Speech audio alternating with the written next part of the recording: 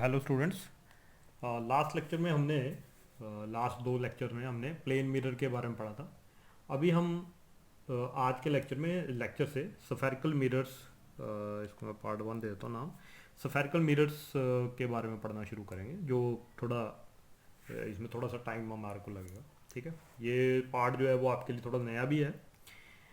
ठीक है जी, देखिए प्लेन मिरर तो हमने देख लिया। Spherical mirrors are of two types. Spherical mirror बोल सकते हो या सफेरिकल सरफेस भी कह सकते हो। ये दो तरीके का होता है। ठीक है जी। पहला कन्वेक्स मिरर और दूसरा कनकेव मिरर।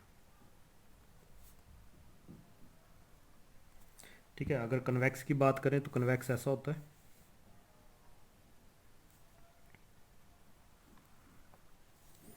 अगर इसका बाहर वाला जो सरफेस है वो शाइनिंग हो और अंदर वाला सरफेस जो होता है वो पॉलिश हो, तो हम कहेंगे इसको कन्वेक्स मिरर। और अगर इस तरीका का है कि इसका बाहर वाला जो सरफेस है उसको पॉलिश किया हुआ है और अंदर वाले सरफेस को जो है वो शाइनिंग है, ठीक है, तो हम कहेंगे उसको कनकेव मिरर। तो ये कनकेव मिरर हो गया और ये हो गया कन्वेक्स मिरर।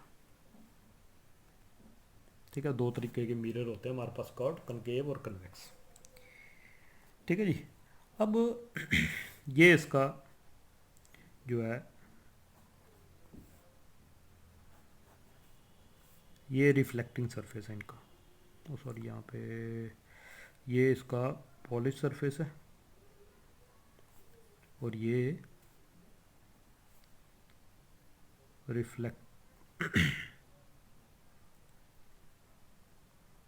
रिफ्लेक्शन वाला surface.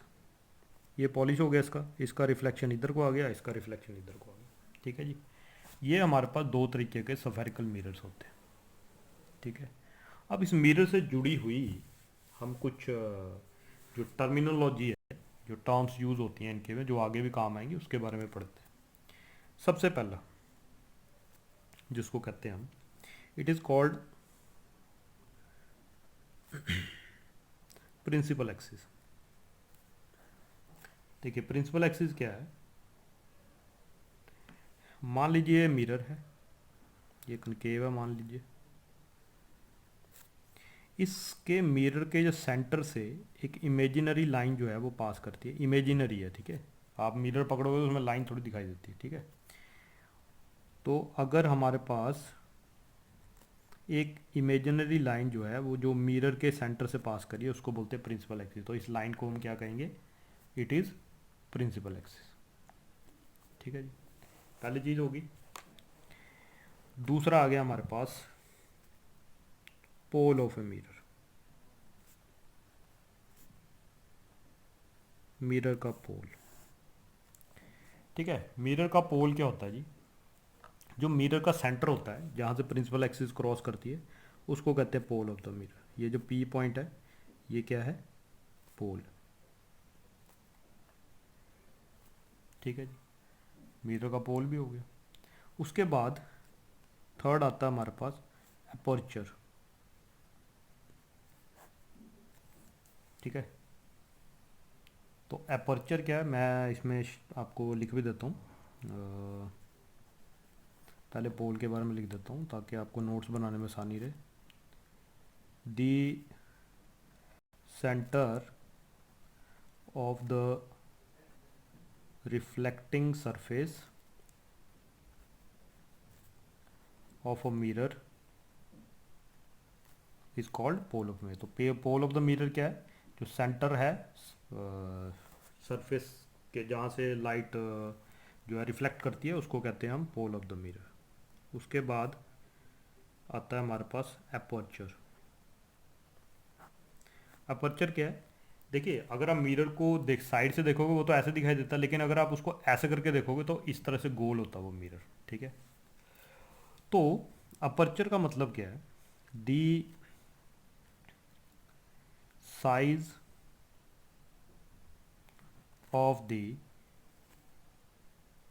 reflecting area of a mirror, mirror का रिफ्लेक्टिंग एरिया उसका साइज अगर देखा जाए, ठीक है, the size of the reflecting area of a mirror is called its aperture, उसको उसका अपर्चर कहते हैं। ठीक है जी, यहाँ मैं प्रिंसिपल एक्सिस के बारे में लिख देता हूँ। एन इमेजिनरी लाइन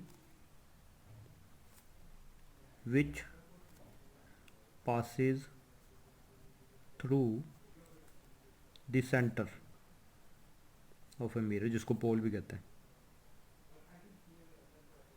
ठीक है जी, okay ji.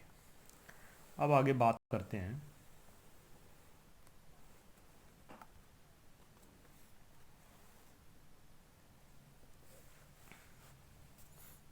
Centre of curvature.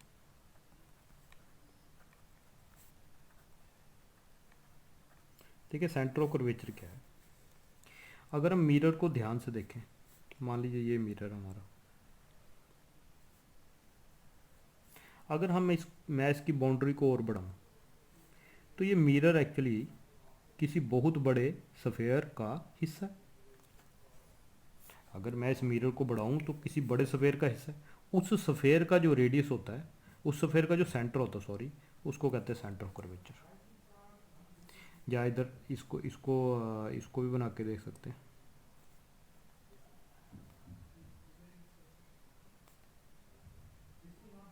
है ना, इसको भी ऐसे भी बना के दे सकते हैं। तो ये जो है सेंटर, ये इसको बोलते हैं सेंटर ऑफ कर्वेचर। तो सेंटर ऑफ कर्वेचर क्या है? The centre of the sphere of which mirror is a part, of which mirror is a part. तो स्फीयर का सेंटर, ठीक है, जिसका मिरर एक हिस्सा है, जिसे मिरर हमने कट किया, ठीक है। उसके बाद आता है हमारे पास रेडियस ऑफ कर्वेचर। ठीक है, रेडियस ऑफ कर्वेचर को भी ऐसे लिख सकते हो, the radius of sphere of which mirror is a part is called radius of curvature. इसको रेडियस ऑफ कर्वेचर कहते हैं। ठीक है जी, ये जो डिस्टेंस है आर से डिनोट करते हैं इसको। ठीक है जी, ठीक है जी। अब कई बार इसको ऐसा भी लिखते हैं, क्योंकि देखिए ये तो पोल ही है, तो पोल और सेंटर ऑफ कर्वेचर के बीच का डिस्टेंस भी लिख सकते हैं इसको। ठीक है, कई वो भी डेफिनेशन ठीक है, ये भी ठीक है। उसके बाद अगला पैरेक्सियल रेज। पैरेक्सियल रेज क्या होती है? The rays which comes parallel to the principal axis. Principal axis के पैरेलल अगर रेज आए उनको कहते हैं पैरेक्सियल रेज। ठीक है, मैं आपको बना के बता देता हूँ। मान लीजिए ये आपका एक मिरर है, तो ये जो ये तो प्रिंसिपल एक्सिस आ गया, ये पोल आ गया आपका, ये अपर्चर आ गया, ये भी।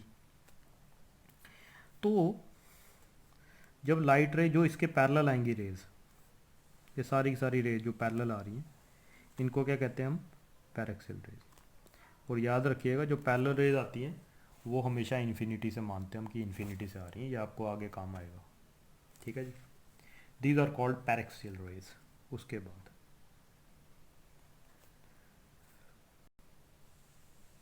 फोकस। ठीक है, फोकस क्या है? जब भी पैरेक्सियल रेज आती हैं तो वो क्या करती हैं, आने के बाद एक सिंगल पॉइंट से, याद आने के बाद ऑब्वियसली यहाँ से टकराएंगी और एक सिंगल पॉइंट से पास करती हैं सारी की सारी रेज। ठीक है,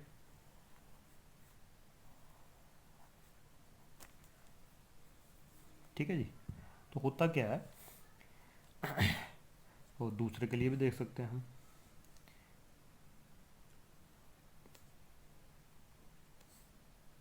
इसकी बात करें तो यहाँ पे ऐसा होता है कि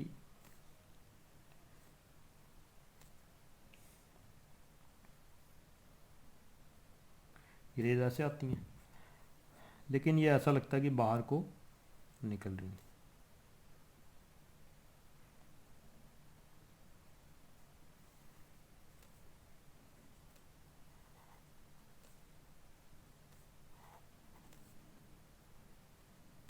ठीक है, इसका फोकस इधर को, इसका फोकस इधर को, इसको एफ से डिनोट कर देते हैं। ठीक है, तो फोकस क्या है,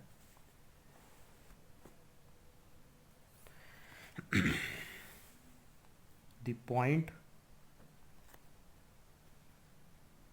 एट विच, वो point eight which the reflected raise meets और अपीयर्स टू मीट।